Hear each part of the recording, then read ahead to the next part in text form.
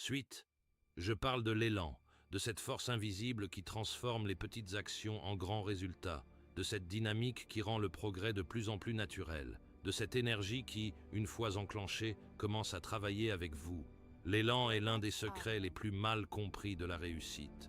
Beaucoup de gens admirent les résultats visibles, ils admirent la personne disciplinée, ils admirent la personne stable, ils admirent la personne en bonne forme, instruite, concentrée, prospère.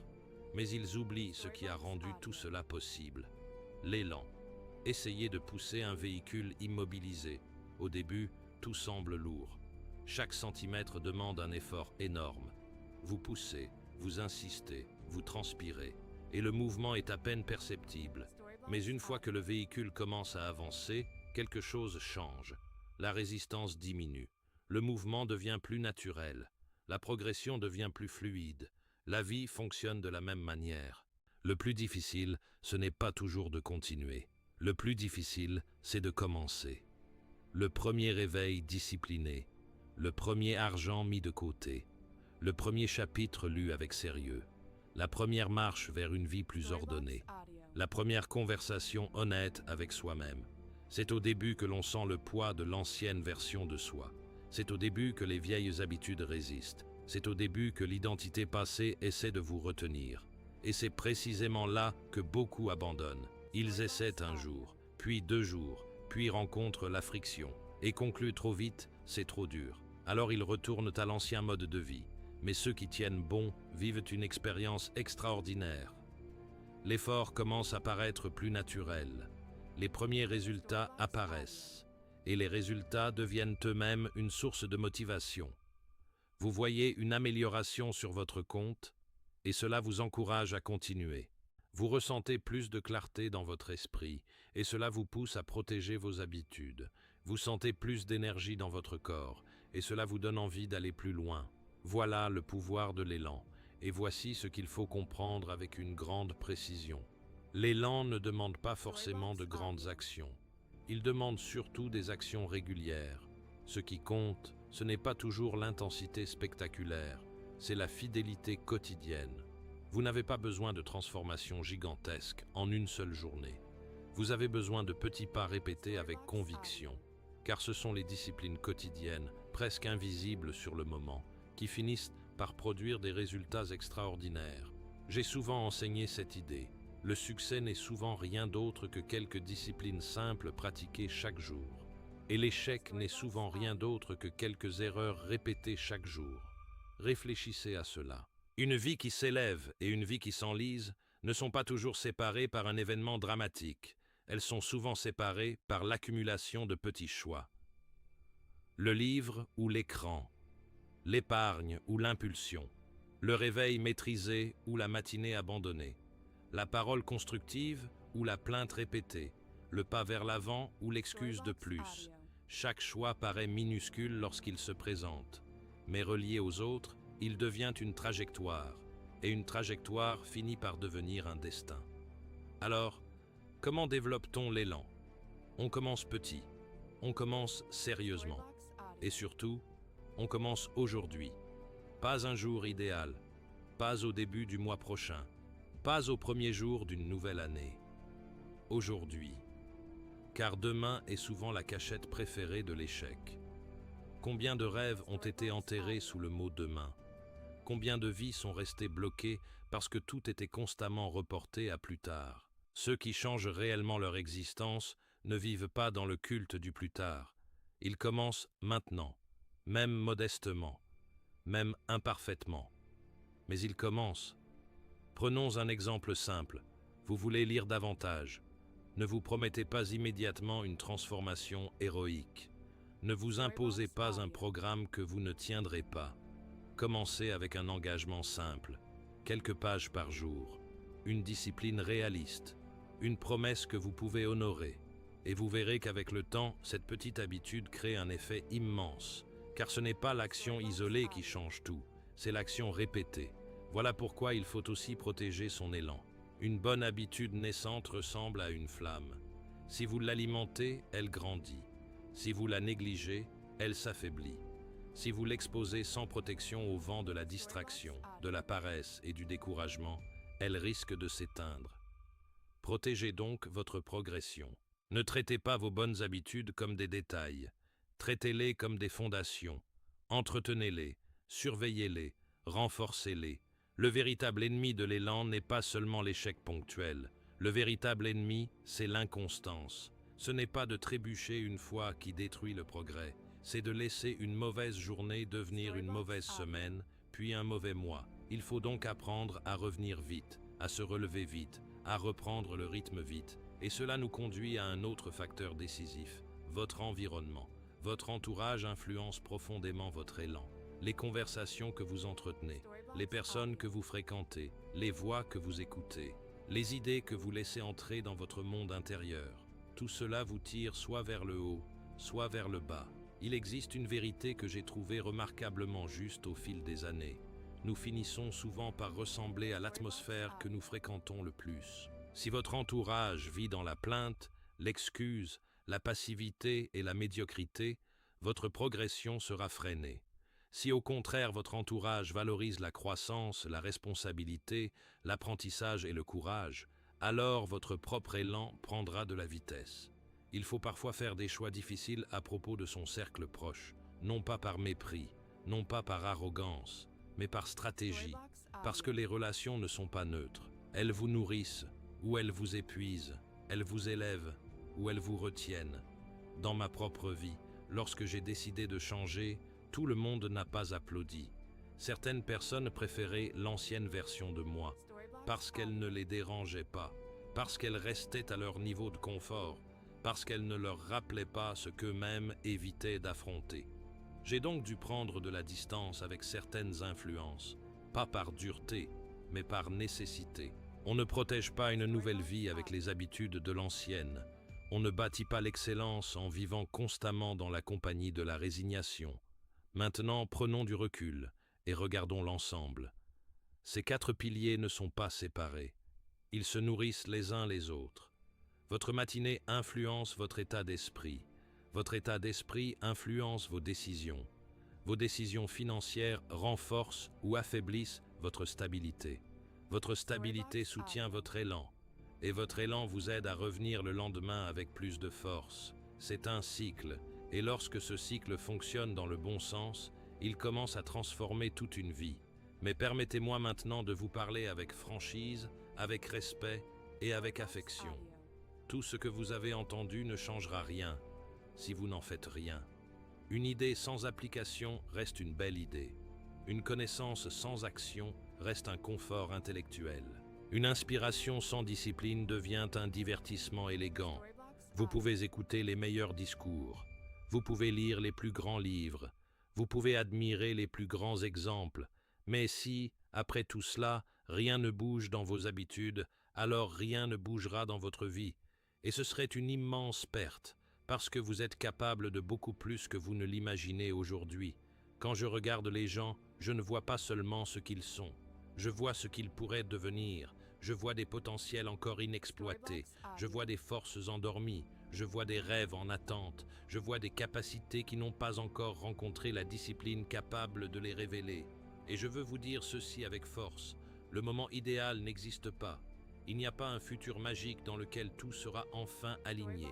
Il n'y a pas un jour parfaitement confortable qui viendra vous donner l'autorisation de devenir la personne que vous devez être. Il y a ce moment, cette décision, cette nuit, ce choix intérieur. Dans la vie, il existe 2 douleurs. La douleur de la discipline et la douleur du regret. La discipline coûte quelque chose, oui, mais le regret coûte infiniment plus. Le regret pèse sur l'âme. Le regret s'accumule, le regret vous suit dans le silence, le regret vous parle la nuit quand tout s'arrête. Alors choisissez la discipline, choisissez-la encore et encore, parce qu'au bout de cette discipline se trouve une vie que beaucoup admirent, mais que peu acceptent réellement de bâtir.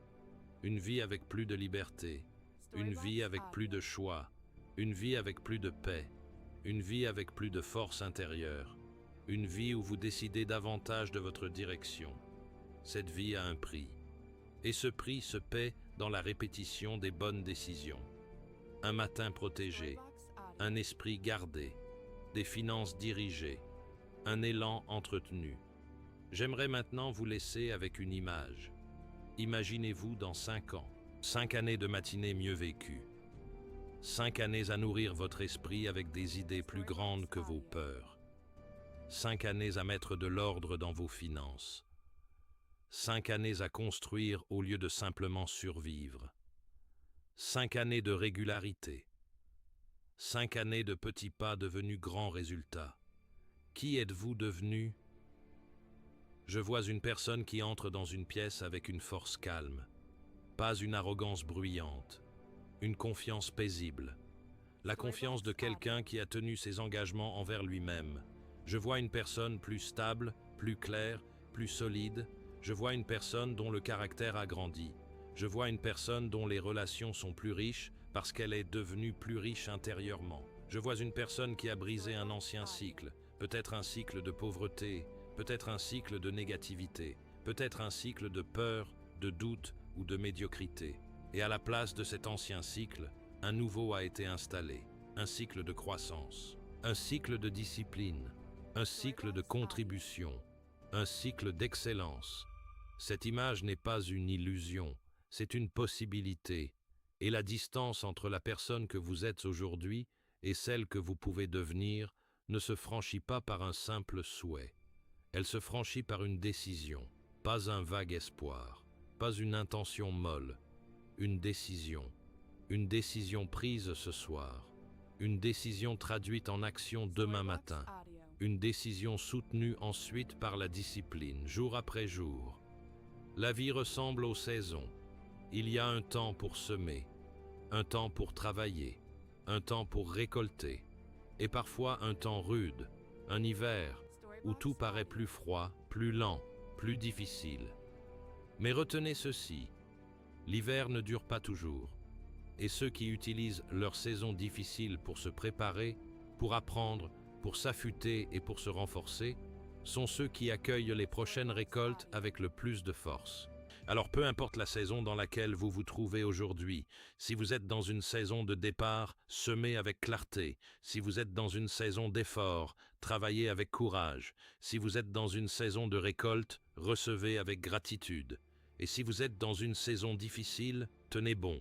Préparez-vous, étudiez, grandissez, renforcez-vous. La saison changera, et lorsque ce changement arrivera, vous devrez être prêt. J'ai vu des personnes partir de presque rien et bâtir quelque chose de remarquable. J'ai vu des vies se redresser. J'ai vu des hommes et des femmes tracer une ligne claire et dire « plus jamais de matinées gaspillées, plus jamais d'argent dispersé sans conscience, plus jamais de semaines vécues sans direction, plus jamais de pensées laissées en liberté pour détruire l'avenir. » Et ces décisions ne changent pas seulement une personne. Elles changent aussi une famille, elles changent les enfants qui regardent, elles changent une communauté, elles changent même des personnes que vous ne connaissez pas encore, mais qui seront un jour inspirées par la vie que vous aurez bâtie. Car nous ne vivons pas uniquement pour nous-mêmes, nous vivons aussi pour ceux qui viendront après nous. Et le plus grand héritage que vous puissiez laisser ne se limite pas à des biens.